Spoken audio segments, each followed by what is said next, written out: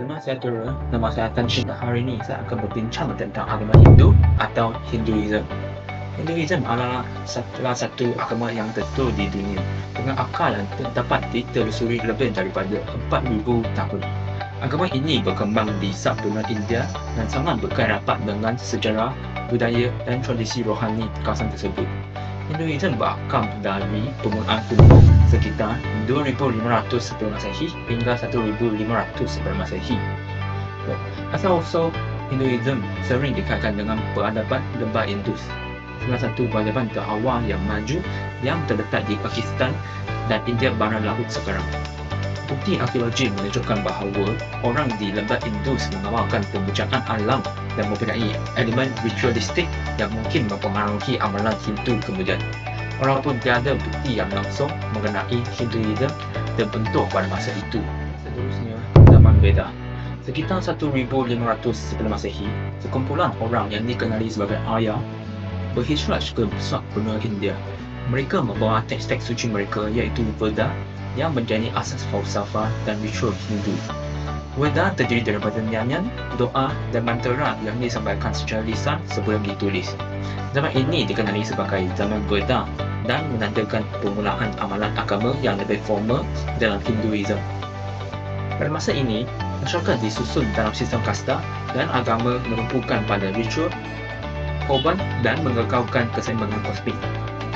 Dewa-dewa yang disembah pada zaman ini kebanyakan adalah kuasa alam seperti Agni, iaitu Dewa Api, dan Indra, iaitu Dewa Hujan. Seterusnya, zaman Upanishad.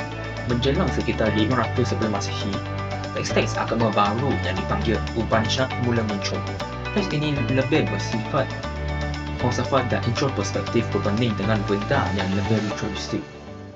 Ia memperkenalkan konsep seperti Brahman dan Atman yang serta menekankan meditasi, kesedaran diri dan memahami hubungan seseorang dalam alam semesta. Banyak idea utama Hindu moden seperti karma, percobaan semula dan moksha menjadi lebih kentara pada masa ini. Zaman epik. Dua epik Hindu yang paling penting iaitu Mahabharata dan Ramayana ditulis pada zaman ini. Kisah epik ini penuh dengan dewa, pahlawan dan dilema moral.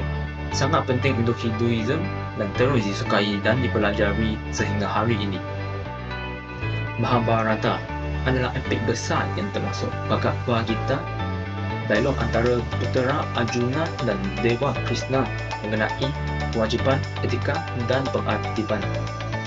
Ramayana menceritakan kisah putera Rama dan pencariannya untuk menyelamatkan isterinya Sita dari Raja Iblis Ravana. Pengaruh agama lain. Selama berabad-abad, Hinduism muncul bersama dan berinteraksi dengan agama lain, terutamanya Buddhism dan Jainism. Kedua agama ini lahir di India dan berkongsi banyak konsep dengan Hinduism seperti karma dan percobaan semula. Tetapi mereka juga mencabar beberapa amalan Hindu seperti sistem kasta dan korban binatang. Zaman kolonial. Apabila Empayar British menguasai India, Hinduism mengalami perubahan besar. Sarjana British yang berminat terhadap tradisi agama India mula menterjemah dan mengkaji banyak teks Hindu. Pada masa yang sama, pemimpin dan reformis Hindu seperti Swami Vivekananda dan Raja Ram Mohan Roy bekerja untuk memodernkan Hinduism, menekankan kedalaman falsafah dan nilai rohani sambil menolak amalan seperti sakti dan diskriminasi kasta yang kuat. Gerakan kemerdekaan India berkait rapat dengan falsafah Hindu, terutamanya melalui tokoh seperti Mahatma Gandhi yang menggunakan idea Hindu tentang tanpa kekerasan untuk memimpin perjuangan India demi kebebasan dari penjajahan British. Akhir sekali, Hinduism moden.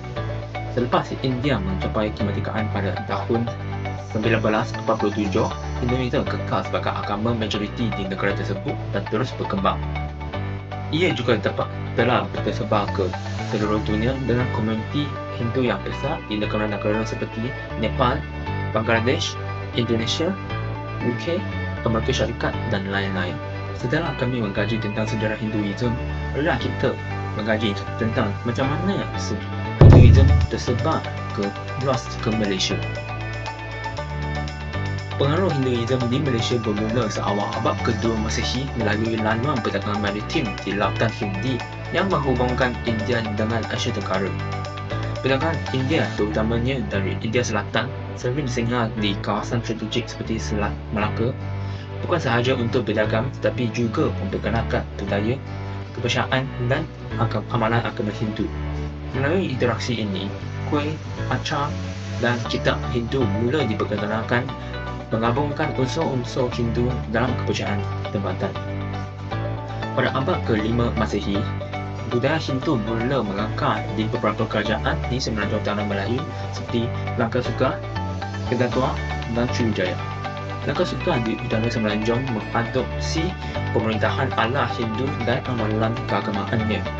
Kedatua yang merupakan kerajaan purba di pantai barat menunjukkan kesan budaya Hindu melalui penemuan kuih dan artifak berkaitan dengan dewa-dewa Hindu. Sriwijaya, perbangkalan di Sumatera, juga menyebarkan budaya Hindu-Buddha ke semenanjung, memberi kesan yang besar kepada budaya tempatan. Gabungan budaya Hindu dan Buddha menghasilkan landscape budaya unik dan epik Hindu seperti Ramayana dan Mahabharata turut mempengaruhi seni dan legenda tempatan. Namun, mulai abad ke-13, agama Islam mula tersebar di Asia Tenggara melalui pedagang dari Timur Tengah, India dan China. Kesultanan Melaka pada abad ke-15 menjadi pusat penting bagi penyebaran Islam, mengurangkan pengaruh Hinduism dalam kalangan masyarakat Melayu. Walaupun begitu, unsur budaya Hindu tetap bertahan dalam adat Melayu, terlihat dalam seni tradisional dan perayaan tertentu. Penyebaran Hinduism kembali pada abad ke-19 ketika British membawa sejumlah besar imigran India, terutamanya dari India Selatan, sebagai tenaga kerja. Masyarakat ini mengekaukan kepercayaan Hindu dan mereka dengan mendirikan kuih seperti kuih Sri Mahamariamman di Kuala Lumpur dan kuih Batu Caves di Selangor yang menjadi terkenal sebagai lokasi perayaan Thaipusam. Hari ini, Hinduism kebanyakannya diamalkan oleh masyarakat Tamil yang juga menyambut perayaan utama seperti Deepawali dan Thaipusam. Di negeri-negeri yang populasi India yang besar, kuih-kuih Hindu dan persatuan budaya turut memainkan peranan penting dalam memastikan budaya dan tradisi Hindu dipelihara, menjadikan Hinduism sebahagian daripada identiti berbagai budaya Malaysia yang unik. Pengaruh agama Hindu di Malaysia dapat dilihat melalui berbagai aspek yang merangkumi seni bina, seni halus, bahasa, darussan dan perayaan kebudayaan. Walaupun agama Hindu tidak lagi dianati secara meluas dalam kalangan masyarakat Melayu selepas ketenangan Islam, kesannya kekal mendalam dan memberikan sumbangan signifikan terhadap identiti budaya Malaysia yang berbilang kaum. Pengaruh Hindu juga dapat dilihat dalam perkembangan bahasa dan kesusasteraan. Melalui interaksi dengan budaya India, banyak perkataan Sanskrit diserap ke dalam bahasa Melayu, khususnya dalam bidang agama, falsafah dan kebudayaan. Kata-kata seperti bumi, surya dan manusia adalah contoh perkataan yang berasal daripada Sanskrit dan menjadi sebahagian daripada kosakata Melayu.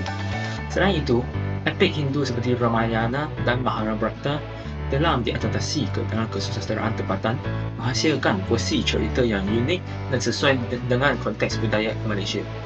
Epik ini bukan sahaja berfungsi sebagai hiburan, tapi juga menyampaikan nilai-nilai moral yang penting kepada masyarakat pada masa itu.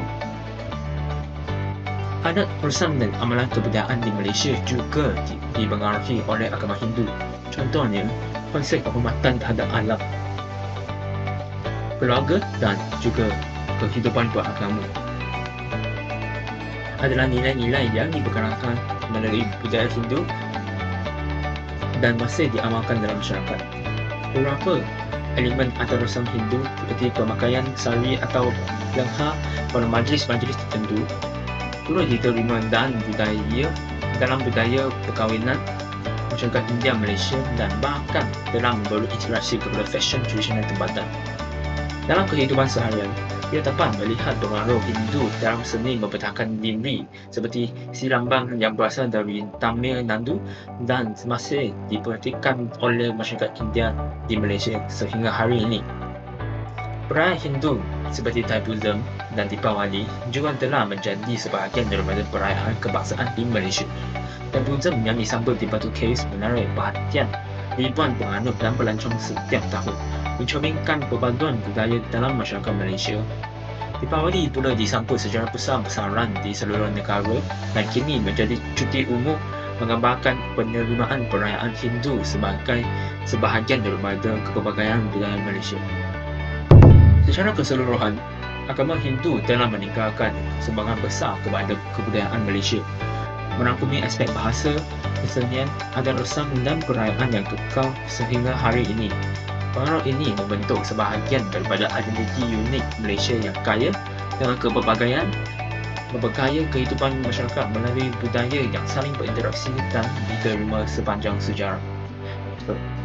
Sekian, terima kasih.